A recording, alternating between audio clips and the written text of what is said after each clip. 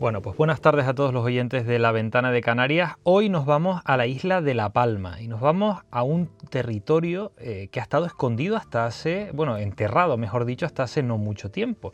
Si yo les digo que hubo un momento en que La Palma era una especie de Baden-Baden en el Océano Atlántico, quizás me miren raro.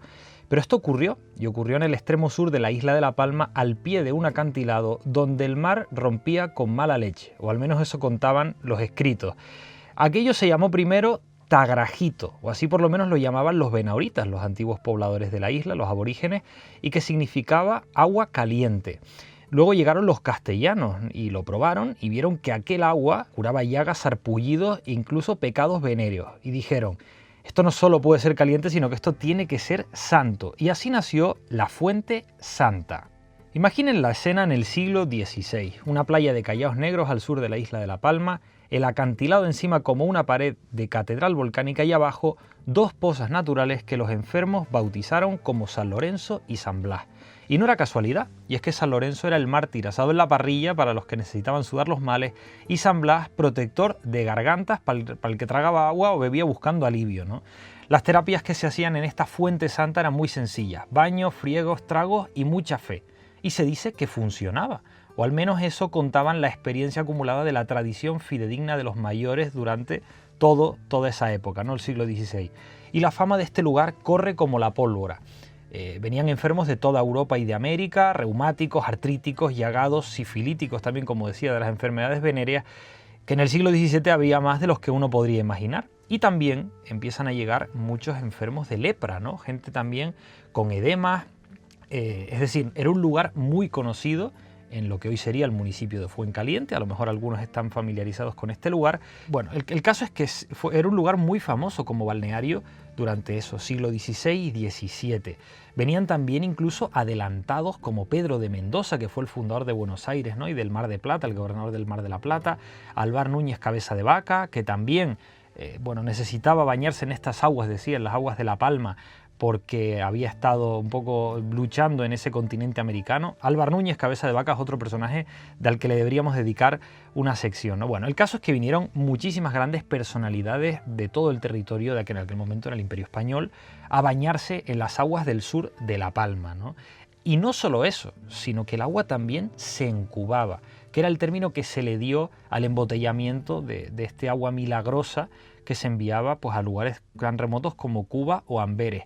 Barriles enteros que salían del puerto de Santa Cruz de La Palma, que se convirtió además en aquel momento en el más transitado del archipiélago. Se vendía en pequeños recipientes el agua que provenía de estas pozas como si fuese el último elixir de moda. La Palma, de hecho, llegó a tener la renta per cápita más alta de Canarias en este momento gracias a las exportaciones del agua de estas pozas del acantilado. Y, como detalle también, en el municipio de Fuencaliente hay un barrio llamado Las Indias que se llama así porque ahí se concentraba la riqueza que traían los visitantes en gran parte debido a estas exportaciones. Y de hecho, para más Inri, el topónimo Fuencaliente tiene también mucho que ver con esto, ¿no? La fuente caliente de la que emanaba ese agua. Las curaciones, en cualquier caso, se consideraban cada vez más famosas y además más prodigiosas, ¿no? Esta fuente caliente que pasó a convertirse pronto en la Fuensanta era este santuario al aire libre muy cerquita del mar, ¿no? Hasta que un día la Tierra decidió intervenir. Un cuarto de hora puesto el sol, la Tierra tembló y 23 bocas del Averno se abrieron. Así lo contó Nicolás de Sotomayor al describir la gran erupción de 1677. El día 13 de noviembre comenzó el infierno. El volcán de San Antonio abrió sus fauces y durante días lanzó fuego, arena y ríos de lava que bajaban buscando el mar. Los palmeros miraban desde lejos, con el corazón en un puño, y viendo cómo las coladas se desviaban unas veces al norte y otras al sur, en este ala sur de la isla. Bueno, la zona del volcán de San Antonio es preciosa y uno se puede imaginar también, teniendo en cuenta la última erupción que hubo en La Palma, el Tajo Gaite, la ferocidad, ¿no?, de estas erupciones. Pues imaginémonos cómo habría sido a mitad del siglo XVII, ¿no? El 23 de noviembre de ese mismo año, de 1677, uno de esos ríos decidió torcer hacia el sur, uno de esos ríos de lava, una de esas bocas de lava, y acabó sepultando por completo las pozas de San Lorenzo y San Blas y quedaron cubiertas por 70 metros de malpaís. El mar retrocedió hasta 400 metros por el empuje de las coladas y atónitos, bueno, enfermos, vecinos, vieron cómo desaparecía de la noche a la mañana el balneario más famoso del Océano Atlántico. Cuentan las crónicas que la desesperación de la isla fue absoluta porque se les esfumó de repente su principal fuente de riqueza. Y aquello, bueno, provocó numerosos enfrentamientos porque había muchos que tenían deudas sin pagar, había muchas exportaciones que habían quedado sin sufragar y que grandes empresas que compraban esas cubas que les comentaba antes, que se quedaron sin esa riqueza, ¿no? Y aquí quedó pues sepultada este gran maná, ¿no? Esta gallina de los huevos de oro. Y entonces, bueno, se produjeron numerosos enfrentamientos porque había algunos que querían rescatar esa fuente después justo de la erupción del volcán y otros que lo veían como algo, primero, muy peligroso y segundo, muy costoso, ¿no? Porque evidentemente implicaba desenterrar una erupción volcánica para sacar un entorno que en ese momento pues se veía imposible, ¿no? Pues imaginemos, ¿no? Tratar de luchar contra la naturaleza en esas circunstancias, ¿no? Ya hoy en día es una locura, imagínense en ese momento, ¿no? Y comenzó poco a poco a perderse. Evidentemente los palmeros tuvieron que buscar otras vías económicas, sobre todo la gente que vivía en esa zona, en el sur de La Palma, y durante 328 años la Fuente Santa se quedó enterrada como una leyenda, ¿no? Se decía que su ubicación estaba marcada por una gran cruz de piedra. El caso es que quedó mucho tiempo enterrado hasta que poco a poco se fue luchando para buscar ese lugar, ¿no?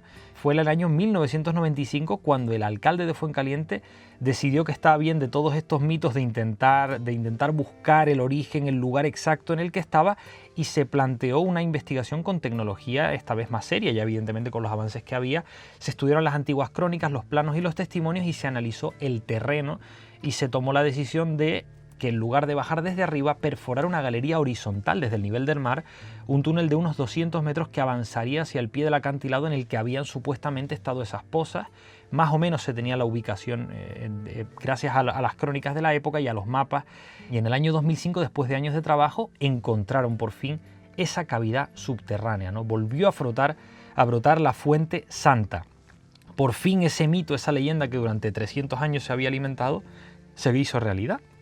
Imagínense la emoción de los palmeros, que no solo era encontrar el agua caliente, sino recuperar un pedazo de identidad, de historia y de orgullo de uno de los lugares más importantes que tuvo la isla en ese momento en el sur de La Palma. Y hoy, bueno, la Fuente Santa sigue esperando su nueva edad de oro. Hay proyectos para convertirla en un balneario integrado en el paisaje volcánico, con terrazas naturales, grutas, intentando evocar de alguna manera lo que fueron las pozas de San Lorenzo y San Blas. Un lugar donde el baño, bueno, pues pueda volver a ser memoria, recordar ese lugar al que venían enfermos y grandes personalidades de toda Europa y de América para intentar llevarse ese elixir, ¿no?, en el cuerpo para bañarse, ¿no? Un lugar que sin duda, la verdad que sería precioso volver a desenterrarlo y tenerlo para nosotros.